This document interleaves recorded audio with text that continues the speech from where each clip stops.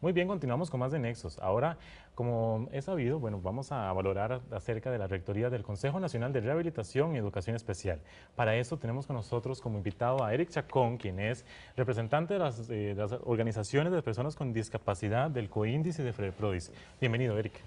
Muchas gracias por la invitación y aquí estamos a la orden. Eric, muy explícitamente, ¿el Consejo es el ente rector en discapacidad? Según una interpretación que existe de la Procuraduría General de la República, Ujú. es el ente rector.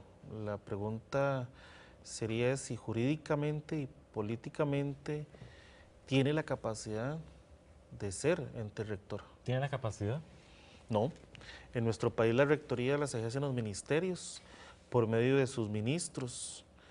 No puede el consejo, como ente rector, como se dice, ir y decirle, por ejemplo, a una empresa de autobuses que le suspende su concesión, porque Ujú. no tiene esa capacidad jurídica ni política. Eso le toca al MOP.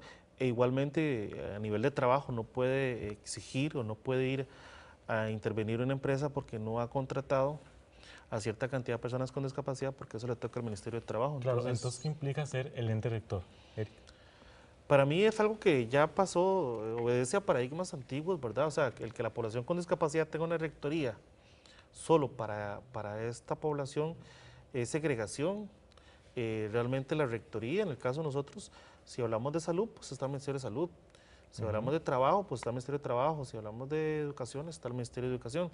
Entonces no se contempla, o sea, no cabe en los paradigmas modernos de derechos humanos que la población con discapacidad tenga una rectoría para sí mismo, mucho más como digo, no está en capacidad jurídica ni política el Consejo de ejercerla. Entonces, lo que se ha venido convirtiendo con el tiempo es en un intermediario, como en un interlocutor entre la población o el temática de discapacidad y quienes realmente pueden ejercer la rectoría y tomar las decisiones. Esa Entonces, ¿qué hace el interlocución, Consejo? esa es la pregunta, o sea, ¿qué hace? ¿Qué hace? Pues tiene más de 7.000 millones de colones de presupuesto, según el último presupuesto, y lo que ha venido haciendo es gastando ese dinero en dar capacitaciones, talleres, en tratar de tener alguna influencia a nivel de discapacidad, pero si lo vemos, el impacto del Consejo en los últimos, desde que se dice que es el ente rector en los últimos 10, 15 años, es Claro. ninguno. Casi todas las luchas que se han ganado en el tema de discapacidad, como el voto secreto, por decirte algo en el tema de discapacidad, han sido ganados por personas con discapacidad y por sus instituciones. Si vemos la sala cuarta, todos los recursos de amparo son de personas con discapacidad directamente. Todas las luchas han sido directamente de la población y de sus organizaciones. El ente rector, Eric, en este caso el Consejo, no ha hecho nada en ese campo de rectoría. ahora, quiero que usted me aclare esa situación de que usted me está diciendo que el Ministerio de Salud es el ente rector en discapacidad. ¿Cómo es eso? Le repito que a nivel personal creo que no debe haber ningún ente rector en discapacidad. Lo que sucede es que hay un decreto de 1998 donde se organiza, digamos, el Estado, donde se dice qué ministerios asumen qué, y el Ministerio de Salud, en este caso, muy claro se le da esa función de vigilar, entre otros temas, el tema de discapacidad. No debemos obviar que el mismo Consejo de Rehabilitación y Educación Especial, que fue criado en 1973, Ujú. es adscrito al mismo Ministerio de Salud. O sea, Claro. es una institución que pertenece, está adscrita al presupuesto del Ministerio de Salud. También, una de las situaciones que se presentó ahora fue el recorte de presupuesto con el COINDIS, institución a la que usted también representa. Quiero que me explique este tema, cómo fue que el Consejo aleja a esa institución del presupuesto.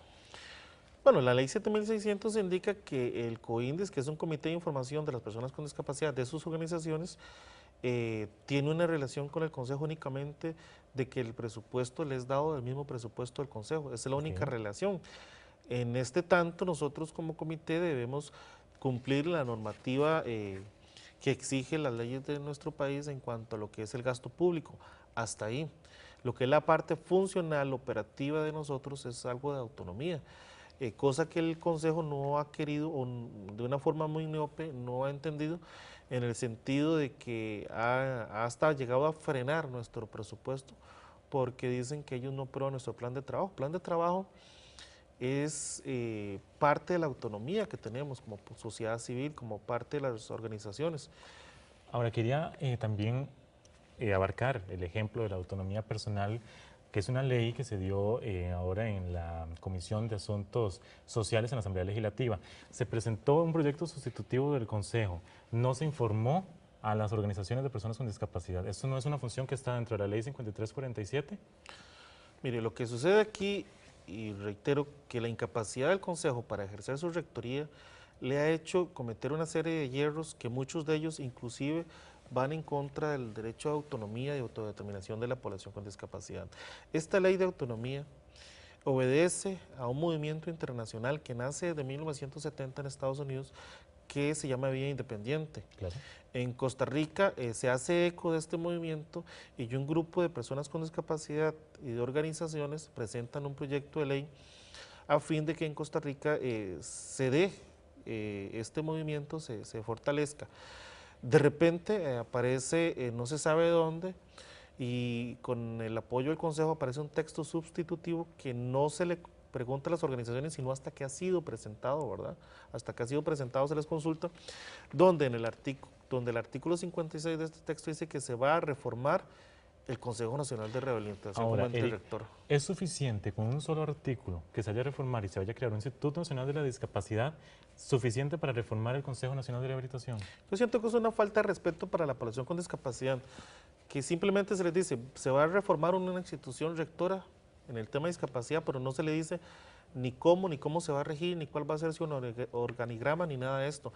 E inclusive para la misma población costarricense en general, cómo se le va a crear una institución que maneja más de 7.000 millones de colones por año en un solo artículo. O sea, se está dejando sin participación a la población con discapacidad, en este caso, de cuáles son nuestras necesidades en el caso de una institución nueva, si es que es lo que se quiere crear. En una posición, una valoración general, ¿el Consejo ha realizado bien su rectoría, a su criterio? No ha tenido la capacidad de ejercerla, o sea, no se puede hablar ni de bien ni de mal porque no ha podido ejercerla. Tiene grandes profesionales, tiene gente muy capaz, gente con más de 30 años de experiencia en el tema de discapacidad, pero que fueron formados y se fueron desarrollando dentro de la institución en otros ámbitos, especialmente en el campo social, en el campo con enfoques de los paradigmas de asistencialismo, pero no en el campo de rectoría. De hecho, habría que averiguar cuántos abogados tiene el Consejo. Hasta donde yo tengo entendido, no tiene más de 2 abogados. Un ente rector que se supone que tiene que vigilar por la normativa y que ésta se cumpla, con 2 abogados, imagínense, ¿verdad? Entonces, por eso digo, no tienen ni la capacidad, repito, jurídica ni política, ni tienen los profesionales en este momento para ejercer esa rectoría.